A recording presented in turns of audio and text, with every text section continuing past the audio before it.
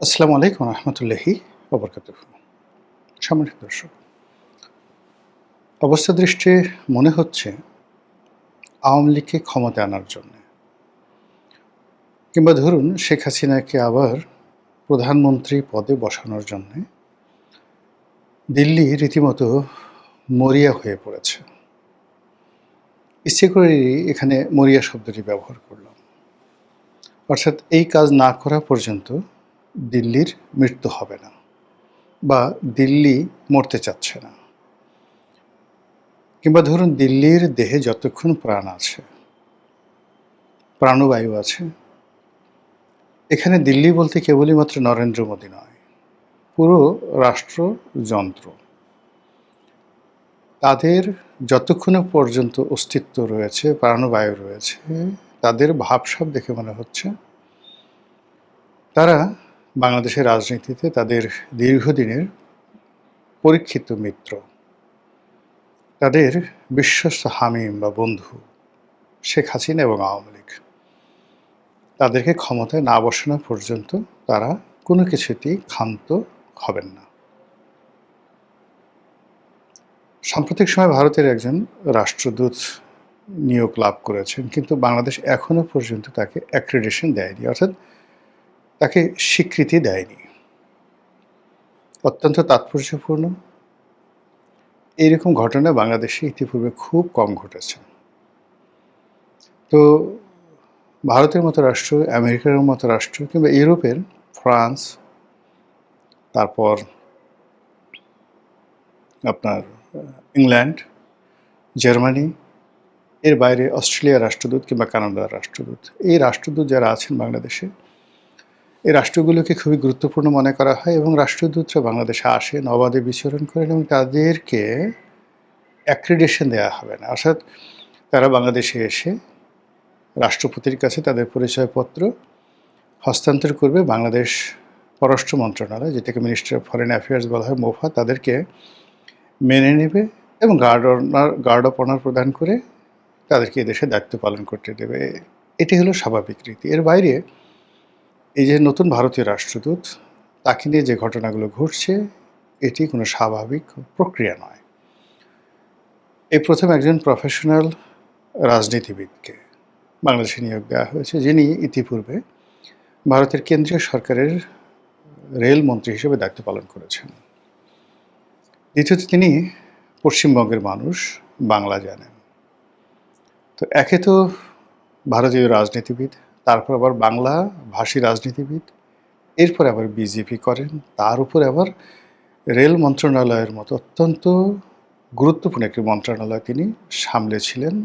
সেই দীনেশ ত্রিবেদীকে যখন বাংলাদেশে নিয়োগ দেওয়া হলো, তখন থেকেই সবাই আমরা বলাবলি করছিলাম যে ভারত বাংলাদেশকে খুবই তাৎপর্যপূর্ণ, খুবই গুরুত্বপূর্ণ, এবং যাকে বলা হয় নেতিবাচক অর্থে যে কোনো একটি ঘটনা বা দুর্ঘটনা ঘটানোর জন্য তারা এত হাই প্রোফাইলের একজন রাষ্ট্রদূতকে নিয়োগ দিলেন। ইতিপূর্বে ভারতে যে সকল রাষ্ট্রদূত ছিলেন বাংলাদেশে, প্রথম দিকে একজন ডেপুটি সেক্রেটারি পদমর্যাদার, তারপরে জয়েন্ট সেক্রেটারি, একেবারে সর্বশেষ যিনি ছিলেন তিনি ছিলেন এডিশনাল সেক্রেটারি পদমর্যাদার একজন কর্মকর্তা। তো সেখানে এডিশনাল সেক্রেটারি, তারপর সেক্রেটারি, তারপর সিনিয়র সেক্রেটারি, তারপর ক্যাবিনেট সেক্রেটারি বা প্রিন্সিপাল সেক্রেটারি, তারপর উপমন্ত্রী, প্রতিমন্ত্রী, তারপরে ফুলমন্ত্রী, ফুলমন্ত্রীর পরে আবার সবচেয়ে লোভনীয় মন্ত্রী রেলমন্ত্রী।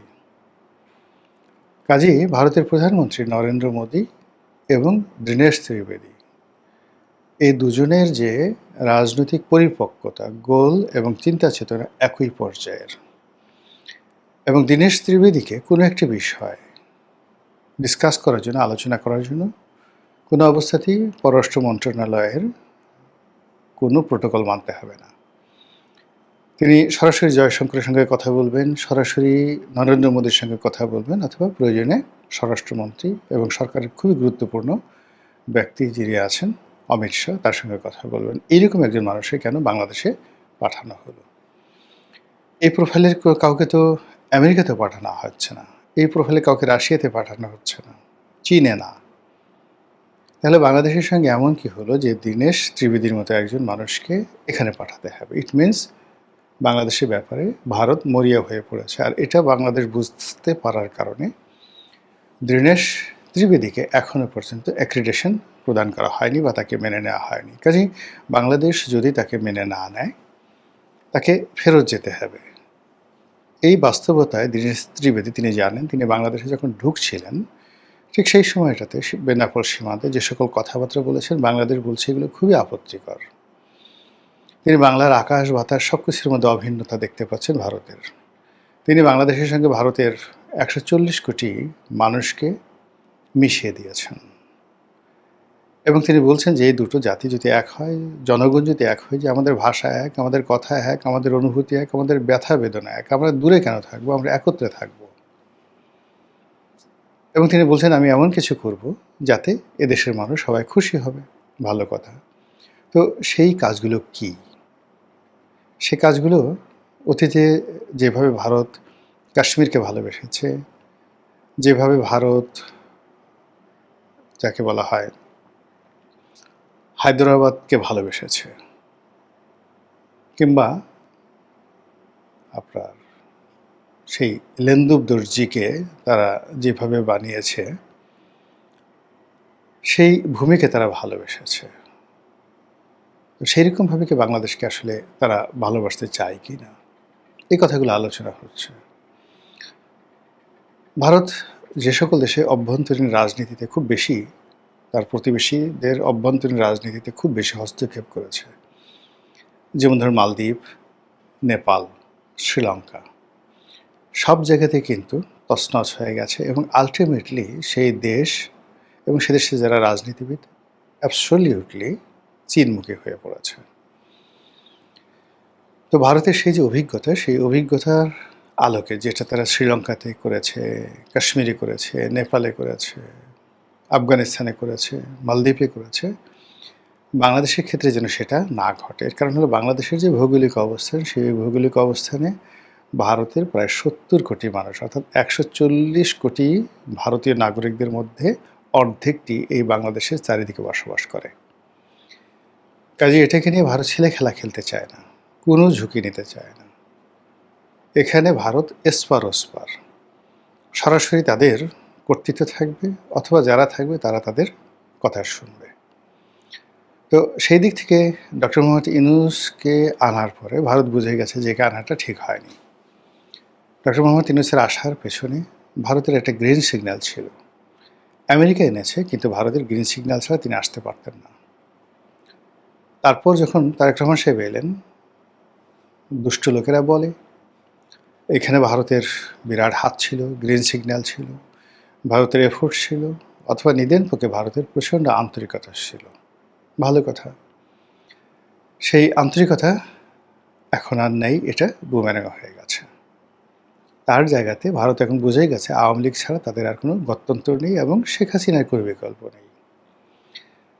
আর এটাকে কাগজে কলমে বাস্তবে রূপ দেওয়ার জন্য ভারতকে খেলতে হবে, মার্কিন ডিপ স্টেটের মতো ভারতকে খেলতে হবে। সেই খেলা কি শুরু হয়েছে কিনা, এটা নিয়ে হলো প্রশ্ন বা আজকের এই টপিক। আপনি যদি দেখেন যে বাংলাদেশে এমন কিছু ঘটনা ঘটছে, যে ঘটনা সরকারের বিরুদ্ধে একটা প্রচণ্ড জনমত তৈরি হয়ে যাচ্ছে। আপনি ধরুন পদ্মা সেতুর জন্য যে রেল সেতু তৈরি করা হয়েছে, রেল লাইন, সেই অংশের মাটি কেটে নিয়ে যাচ্ছে একদল দুর্বৃত্ত বা একদল মানুষ, বা ধরুন সরকারি কাউকে অনুমতি দিয়েছে বা সরকারি দলের কোনো কর্তা ব্যক্তি, অথবা ধরুন আওয়ামী লীগের কোনো লোক এটাকে একটা সাবোটাইজ করার জন্য এই কাজগুলো করেছে। রাতের আধারে বা দিনে একটা সময় ভেকু নিয়ে কিছু মাটি সেখান থেকে তুলে ইন্টারনেটে ছেড়ে দিয়েছে। ফলে সব মানুষ বলার চেষ্টা করছে যে এই সরকার আওয়ামী লীগের কোনো উন্নয়নকে তারা গুরুত্ব দিচ্ছে না, হোক সেটা পদ্মা সেতু, হোক সেটা রূপপুর পারমাণবিক বিদ্যুৎ কেন্দ্র বা এনিথিং এলস। এগুলোকে বন্ধ করে একটা নতুন ইতিহাস গড়তে চাচ্ছে, আর চারিদিকে মানুষ সি রব করছে। আপনি দেখুন যে কিছু অপরাধ ঘটছে বাংলাদেশে, সুনির্দিষ্টভাবে আমি সেই অপরাধগুলোর নাম বলবো না, কিন্তু অপরাধগুলো ইতিপূর্বে কখনোই এই আকারে, এই আকৃতিতে এবং এইভাবে আসলে ঘটেনি।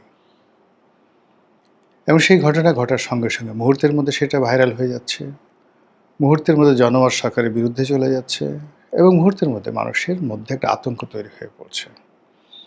সেটা মারামারি, কাটাকাটি, খুন, ধর্ষণ, রাহাজানি থেকে শুরু করে শাসক দলের অভ্যন্তরীণ যে দ্বন্দ্ব এবং সংঘাত, এগুলো হতে পারে। ছোট্ট একটা উদাহরণ দিই। যুবদলের এক নেতাকে গুলি করে হত্যা করা হলো এবং তাকে এই অপরাধে জেলখানায় ঢুকানো হলো। সে জামিনে বের হয়ে এলো এবং প্রকাশ্যে অস্ত্র নিয়ে আরেকজন যুবদল নেতাকে সে খুন করলো। এই যে খুনি, সেও কিন্তু বিএনপির লোক। এই কাজটি কেন সে করলো, কেন তার জামিন হলো এবং এই সকল ভিডিও ফুটেজ, অডিও ফুটেজ কী করে আবার ইন্টারনেটে আসলো, এরকম অসংখ্য ঘটনা। আবার ধরেন এই মুহূর্তে বেনজিরকে গ্রেপ্তার করা হয়েছে বলে মানে সারা বাংলাদেশ তোলপাড়। এক পক্ষে বলছে হয়নি গ্রেপ্তার, আর এক পক্ষে বলছে হয়ে গেছে। এক পক্ষে বলছে বেনজির বাসায় আছেন এবং বাংলাদেশ সরকারের কোনো সাধ্য নাই, বা এখন সংযুক্ত আরব আমিরাতের সাথে বাংলাদেশের যে প্রোটোকল রয়েছে সেই প্রোটোকল অনুযায়ী বেনজিরকে বাংলাদেশে ফিরে আনা একেবারে কঠিন একটি বিষয়। অন্যদিকে সরকার শতভাগ নিশ্চিত এই যে একটা মার্কেটিং হচ্ছে, একটা ব্র্যান্ডিং হচ্ছে, এটা আলটিমেটলি সরকারের বিরুদ্ধে চলে যাবে যদি বেনজির সাহেবকে আসলে রিয়েলি বাংলাদেশে আনা না যায়। ডক্টর জাহিদুর রহমান প্রথমে তাকে নেওয়া হলো। এখন ডক্টর জাহিদুর রহমানের মতো মানুষদের সঙ্গে বিএনপির কী সম্পর্ক ছিল? আমি তো এই দলটির যে রাজনীতি, মানে 2019 সন থেকে এই দলে যোগদান করার পর থেকে এই দলের একেবারে তারেক রহমান সাহেব থেকে শুরু করে সবার মধ্যে, মানে নিচে যারা একেবারে ইউনিয়ন পর্যায়ের বিএনপির কর্মী আছে তাদের সঙ্গেও বহুবার আমার যোগাযোগ হয়েছে। এর কারণ হলো যে বিএনপির সবচেয়ে খারাপ সময়টিতে যে কজন লোক ফ্রিলি মুভমেন্ট করতে পেরেছিল, সেটা কৌশলের কারণে হোক, অন্য যে কোনো কারণ হোক, তার মধ্যে আমি অন্যতম। তো কাজেই বিভিন্ন বিষয়, আর যেহেতু আওয়ামী লীগ থেকে এসেছিলাম, আওয়ামী লীগের অনেকের সঙ্গে সম্পর্ক ভালো, এই জন্য বিএনপির বহু মানুষ বুদ্ধির জন্য, পরামর্শের জন্য, সাহায্যের জন্য কথা বলতেন, গোপন কথা বলতেন, প্রকাশ্য কথা বলতেন। তাদের দলের অনেক গোপনীয় বিষয়গুলো জানার সুযোগ হয়েছে, কিন্তু কোথাও তো জাহেদকে দেখিনি। এখন এই জাহেদ হঠাৎ করে প্রধানমন্ত্রী তারেক রহমানের খুব গুরুত্বপূর্ণ বিশ্বস্ত পার্টনার হয়ে গেলেন। একইভাবে খলিলুর রহমান হয়ে গেলেন। আরও অনেকগুলো ব্যক্তি চলে এলো যাদের সঙ্গে বিএনপির কোনো সংযোগ এবং সম্পর্ক নেই। All on a sudden they become hero of the hero. এখানে যদি তরুণদের মধ্যে শহীদুদ্দিন চৌধুরী আনি ধরেন, কিংবা সিনিয়রদের মধ্যে মঈন খান, নজরুল ইসলাম খান বা মির্জা ফখরুল ইসলাম আলমগীর বলেন, এই নবাগত অন্তত 1 ডজন পাওয়ারফুল ব্যক্তি তারা বিভিন্নভাবে প্রধানমন্ত্রীর কার্যালয়ে ঢুকে পড়েছেন মন্ত্রী, প্রতিমন্ত্রীর পদমর্যাদায়, যাদের সঙ্গে বিএনপির কোনো সংযোগ ছিল না। এই কাজ কারা করালো? এর পেছনে কি আমেরিকার হাত, না ভারতের হাত, নাকি এর পেছনে কোনো গোয়েন্দা সংস্থার হাত? তারেক রহমান সাহেব মানে শতভাগ নিজের থেকে এই কাজগুলো করেছেন। Not like that. এদের সঙ্গে হয়তো তারেক রহমান সাহেবের 1 বার 2 বার 5 বার কথাবার্তা হয়েছে। তো কেন তার ঘাড়ে চাপিয়ে দেওয়া হলো? একইভাবে কিন্তু বহু মানুষকে চাপিয়ে দেওয়া হয়েছিল ডক্টর মোহাম্মদ ইউনূসের ঘাড়ের উপরে, তার ফলে তিনি কিন্তু আর পারেননি। তো এই জিনিসগুলো হচ্ছে, এবং এই যে জাহেদ থেকে শুরু করে অন্য যারা আছেন তাদেরকে আবার নিয়োগ দিয়ে বলা হলো এরা ভারতের দালাল। আবার ভারতের দালাল হিসেবে তারা যখন ভারতে গেলেন, ভারত থেকে তাদেরকে তাড়িয়ে দেওয়া হলো, প্রত্যাখ্যাত করা হলো, বা তারা ফিরে এলেন, ভারতকে মুখের উপর না বলে দিলেন, হোয়াট এভার মেবি, কিন্তু ইজ্জত যা যাওয়ার সব কিছু চলে গেল সরকার প্রধানের। এর মধ্যে আবার সরকার প্রধান মালয়েশিয়াতে যাচ্ছেন এবং মালয়েশিয়া থেকে সেখান থেকে আবার তিনি চীন যাবেন। আমার বিশ্বাস, আজকে বলে রাখলাম, লিখে রাখেন, মালয়েশিয়া থেকে চীন যাবেন এবং চীন থেকে প্রধানমন্ত্রী ফিরবেন, এবং ফেরার পর আপনি দেখবেন রাজনীতির সমীকরণটা কোন জায়গা থেকে দাঁড়ায়। এই যে অবস্থা, যা কিছু হচ্ছে, মনে হচ্ছে অনেকগুলো স্যাবোটাজ, অনেকগুলো চক্রান্ত, অনেকগুলো ঘটনা ঘটানোর জন্য দিল্লি তার সর্বশক্তি নিয়োগ করে যে কাজ করছে, মরিয়া হয়ে পড়েছে, সেটা হলো তাদের মিত্রকে বাংলাদেশে ফেরানোর জন্য। সাধু সাবধান, যারা খুশি হবার তারা খুশি হন, যারা বেজার হবার তারা বেজার না হয়ে কী করে খুশি থাকা যায় সেই প্রকল্প গ্রহণ করুন। আসসালামু আলাইকুম রহমতুল্লাহি ওয়া বারাকাতুহু।